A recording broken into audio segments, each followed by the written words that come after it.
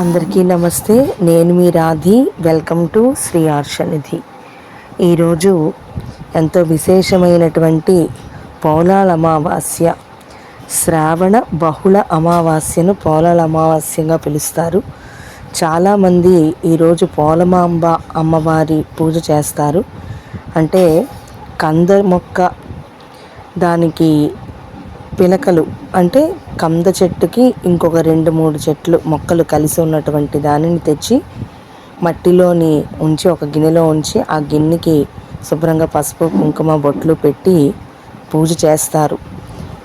అంటే ఆ కంద మొక్క పెద్దది ఏదైతే ఉందో అది గౌరీదేవి, ఇంకా చిన్న చిన్న మొక్కలన్నీ కూడా వాళ్ళ పిల్లల కింద. సర్వసాధారణంగా సంతానం కోసమని, ఆ సంతానం యొక్క సౌభాగ్యం కోసం, ఆరోగ్య ఐశ్వర్యం కోసం ఈ పోలమాంబ వ్రతాన్ని చేస్తారు. అలాగే మొక్కుకున్న వాళ్ళు ఆడపిల్లలైతే గారెలు, మగపిల్లలైతే బూరెలను చేస్తారు. మొక్క పెసలు కూడా అందరికీ పంచుతారు. అటువంటి ఈ రోజున గౌరీదేవి యొక్క భవానీ అష్టకం గురించని తెలుసుకుందాము. నతాతో న మాత న బంధుర్న దాత న పుత్రో న పుత్రీ న భృత్యో న భర్త న జాయా న విద్యా న వృత్తిర్మమైవ గతిస్త్వం గతిస్త్వం త్వమేకా భవాని భవాబ్ధావపారే మహాదుఃఖభీరు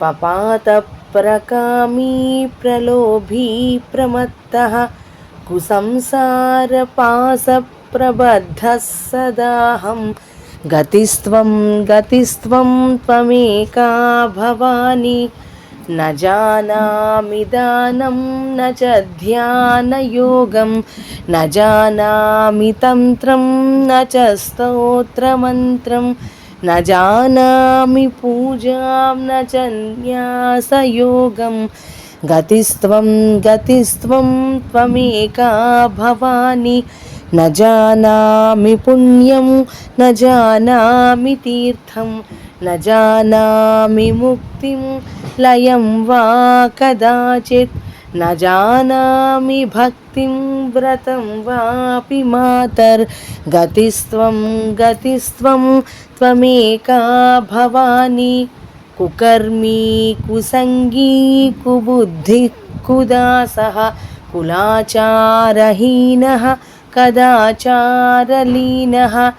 కుదృష్టిః కువాక్య ప్రబంధః సదాహం గతిస్త్వం గతిస్త్వం త్వమేకా భవాని వ్రజేశం రమేశం మహేశం సురేశం దినేశం నిశీథేశ్వరం వా కదాచిత్ న జానామి చాన్యత్ సదాహం శరణ్యే గతిస్త్వం గతిస్త్వం త్వమేకా భవాని వివాదే విషాదే ప్రమాదే ప్రవాసే జలే చానలే పర్వతే శత్రుమధ్యే అరణ్యే శరణ్యే సదా మాం ప్రపాహి గతిస్త్వం గతిస్త్వం త్వమేకా భవాని అనాథో దరిద్రో జరారోగయుక్తో మహాక్షీణదీనః సదా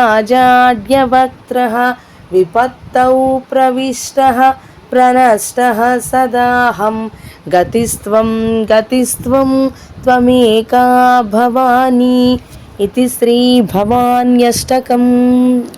ఈ అద్భుతమైన స్తోత్రంలోని అమ్మవారికి మనం ప్రార్థిస్తాం ఏంటంటే, నాకు ఒక పూజ చేయడం రాదు, ఒక వ్రతం చేయడం రాదు, అలాగే ఏ విధంగా పూజ చేయాలి, ఎక్కడ ఉన్నా కూడా, అంటే అరణ్యంలో ఉన్నా, ఒక నీళ్ళల్లో పడిపోతున్నా, ప్రమాదవశాత్తు ఎటువంటి ప్రమాదం కలిగినా సరే, అలాగే ఎత్తైన పర్వత శిఖరాల మీద ఉన్నా, ఎక్కడ ఉన్నా సరే, అమ్మ నువ్వే నాకు శరణు, నాకు నువ్వు తప్ప వేరే దిక్కెవ్వరూ లేరు, అన్యథా శరణం నాస్తి అని చెప్పి మనం అమ్మవారిని ప్రార్థిస్తే ఆవిడ మనలో ఉన్న భక్తిని మాత్రమే చూసి సకల శుభాలను కలుగజేసి అందరికీ కూడా వంశాభివృద్ధిని కలుగజేస్తుంది. అటువంటి ఈ దివ్యమైన స్తోత్రం ఈ దివ్యమైన రోజున అందరూ కూడా చదువుకోండి, వినండి. మీకు నా ఈ వీడియో నచ్చినట్లయితే లైక్ చేయండి, షేర్ చేయండి, అలాగే సబ్స్క్రైబ్ చేసుకోండి.